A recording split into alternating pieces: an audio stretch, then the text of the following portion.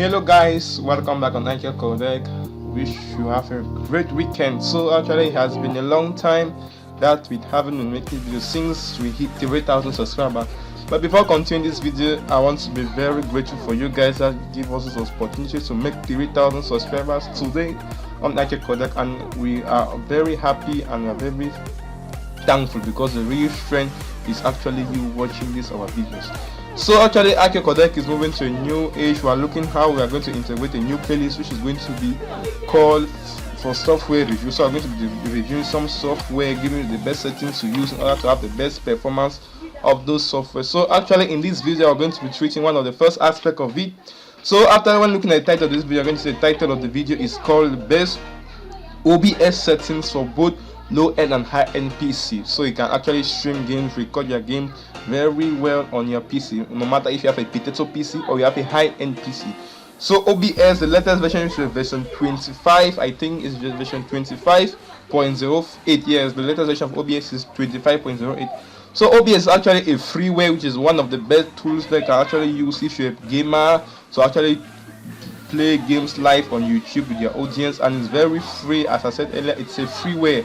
So I'm going to look into some of the best settings that you can use this OBS in order to have the best performance on your potato PC and either on your high-end PC. So please, before continuing, if it's your first time on this channel, click on the subscribe button and hit that notification bell to stay tuned with our latest update. And please leave us your comment on that to review if this playlist is actually a good idea, since we're going to be reviewing softwares, popular softwares, and give you the best settings in order to use them on your low-end PC or high-end PC to have the best performance of those softwares on your computer. So that says, let's dive into the video of today.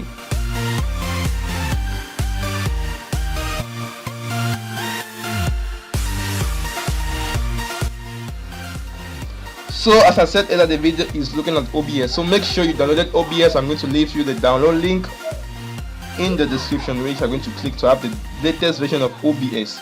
So once you have OBS, what you do is that you're going to install it and you're going to prompt to this window. So we're going to start for the fact if you have a low-end PC. So when I'm talking about a low-end PC, we're talking a computer has, let us say, a RAM of at least, let us say, a RAM of 4 gig. Yes, we can take it for that matter, a RAM of 4 gig for the low-end PC, and running at least Windows 8 or Windows 10. So you can see actually here my RAM is actually 10. I have 10 GB of RAM. So on my own case first, but if you have a low-end PC, don't freak out. I'm going to look into aspect right now. So for the low-end PC, let's take for instance, if your PC have the capability of running Perk online, or you want to play Apex League of Legends, stream it to your YouTube channel. So what you do is that after installing your OBS, you can see this tab settings, which actually we are going to be more concentrated in, because here if I switch, here is a studio mode and here is a setting, and what you can actually see here is a window display that I've used. So I've just there the window display. You can see that at the source window display. I'm sure you guys know some of these are some of the simple things you need to know when using OBS in order to add a scene, add a layer, sources in order to use them. So our own interest is on the settings. This one look at the performance issue. So first thing at the performance we're going to be looking, first thing I'm going to be interested in is in the stream. Or we're going to be looking in the streaming. It's very easy. Just choose which platform you want to stream your video live. Look at the output. We're going to set the output. After that, I'm going to look some of the advanced settings to have the best performance. And the video, yeah, all this will be good. So first of all, the general, which is the first part. First part here, general, you can just set a simple bunch of things. Very easy. You don't need to touch anything. You just leave it as you saw it, but you are free to actually read and see what you can do with the general tab. So let us move to stream. So stream, as I said earlier, is a platform that you wish to stream your account. So as my own case, I said if you want to go into YouTube, you can see YouTube like YouTube gaming. So you can either stream a game online or stream a video that you're actually doing and you want it to be live on YouTube for your viewers on YouTube. And once it's done, you're going to ask to get the stream key. So these are some of the easy aspects. If you don't know how to get these, you can just YouTube it and have it. So now let us move where it becomes good. So let's look at the output. So looking at this output is actually what, after rendering your video, what will be the throughput of what you're going to do.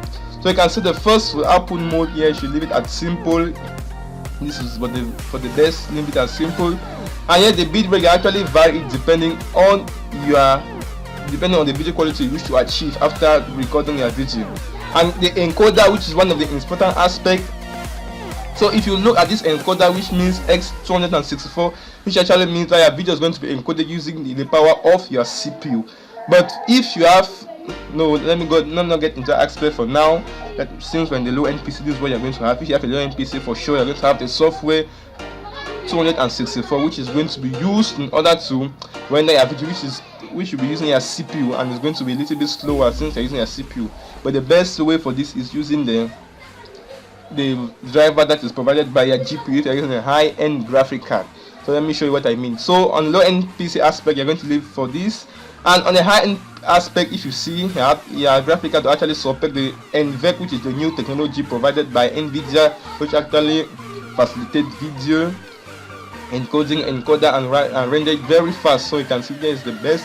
So this is the part for a high-end PC, because not every graphic card are going to have this technology, the NVEC. But if you have a low-end PC, and surely you're going to see the N26. So choose it according to the PC that you have. But if you have this functionality for the hardware, better take it to have the best performance. Now you can actually enable the high-end tools, the quality depending on what you want to achieve. So that, as said, you just leave it as you saw it, so don't touch. Now looking at the recording part, that one is just to record where it's going to go in your PC locally.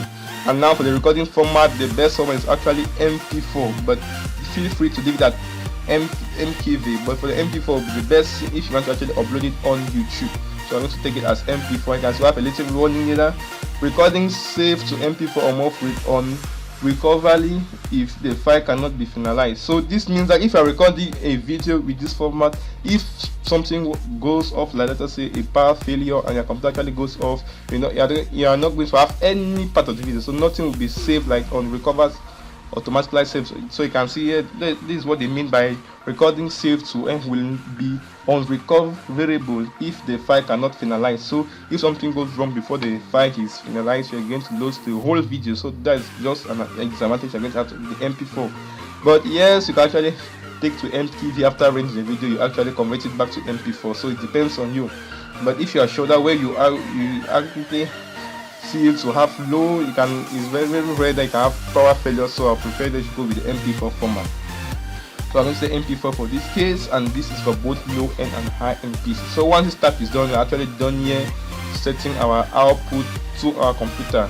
Now let us move to one of the best aspect, which will be going on the video. The video aspect is actually now this will actually depend on your screen size. Actually, before on my own case right now, I think I'm using a 22-inch here. So if I don't mistake, there's a 22-inch monitor that I'm using right now. So you can see here is the base resolution of the Canva. The output scale, you are free to actually determine it. So you can see here's a range that will be supported by you, so you are free to, but actually by default this is what you're choosing depending on the monitor you're using. So this will vary depending on the monitor you're using. So there's nothing fixed for the output scale, and you're also free to actually determine which output scale you want for your video after it has been done. So here we have the download. So yeah, actually the best downloaders filter for this, I'm going to, as I said earlier, is very good. You leave it so you can see by cubic. So this will actually be sharpened scaling 16 samples. So I think that is the best for you. But if you feel free, you can actually test the others to see what it does. But as I said earlier, in this video aspect, it's always good to leave it as default. Now looking at the frame rate here is one of the best things. So you can see, feel free to actually range it. So my own case, you can take the 60 fps if you actually want your video to be of very good quality, very smooth. But feel free if you can take the NTSC. This will mean that you have a different technology on your computer. But the PAL, the PAL, which is not good. So it's either you take the 30 fps for the normal computer, and if you have a high-end PC, you can get up to 60 fps. So yeah, the hotkeys are actually used to assign different keys to your keyboard, which actually is your use of OBS. So you can actually set a hotkey. Let us say, for example, for start streaming, set to 8 and design another key on your keyboard for the stop streaming. So this will actually facilitate you when using your OBS. So now let us move to the advanced tab, which is one of the best places. On the advanced tab, you can see that right into subsection we have the general video recording, and we're going to be mostly interested with the, you can see I have the video section, yes, we have the stream delay, yes, we have the automatic record. So let us take a brief capture of what all this is. So on the video tab, you can see the rendering is DirectX 11 using the 3D, and the color format is actually set at NV12, which is because I'm using an NVIDIA graphic card. And if you are NVIDIA graphic card supported, you also have it, or it's higher, you also have a higher one. And these are other color format you can use depending on your choice. But if you have NVIDIA, I don't think you're going to have this on your computer, so you can actually vary from the other color format. So the one that's going to be based is going to be the RGB with the red, green, blue, and the colors, please leave it as it is, so don't touch, just leave it as how it came. For recording here, there's nothing there, just to tell you that the recording is the year, month, date, hour, minute, second, and if you play buffer, everything that should just stay fixed.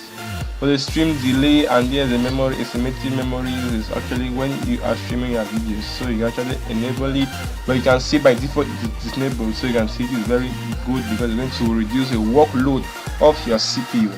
And automatically reconnect, this is actually when something goes wrong when you are streaming your videos and something happens. This is what the time is going to take to reconnect, and you can see it's 10 seconds maximum of tries going to be 20 to automatically reconnect to your online server to actually diffuse, to actually screen out the video live.